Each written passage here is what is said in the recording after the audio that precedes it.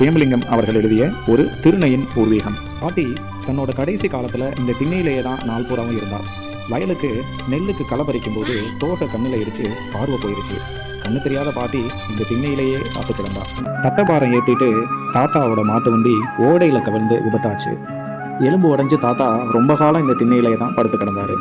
கடைசி வரைக்கும் உடஞ்ச எலும்பு தாத்தாவுக்கு சேரவே இல்லை. அம்மாவையும் இந்த திண்ணையில தான் கிடத்திருந்தாங்க. கழுத்தில் கிடந்த தங்கச்சங்கிலியை அப்பா வித்தப்போ அம்மா சகிச்சுக்கிட்டாங்க. ஆனால் காதில் அழகாக தொங்கிட்டு இருந்த நகையை அப்பாட்ட கலட்டி கொடுக்கும்போது அவளால் தாங்கிக்க முடியல.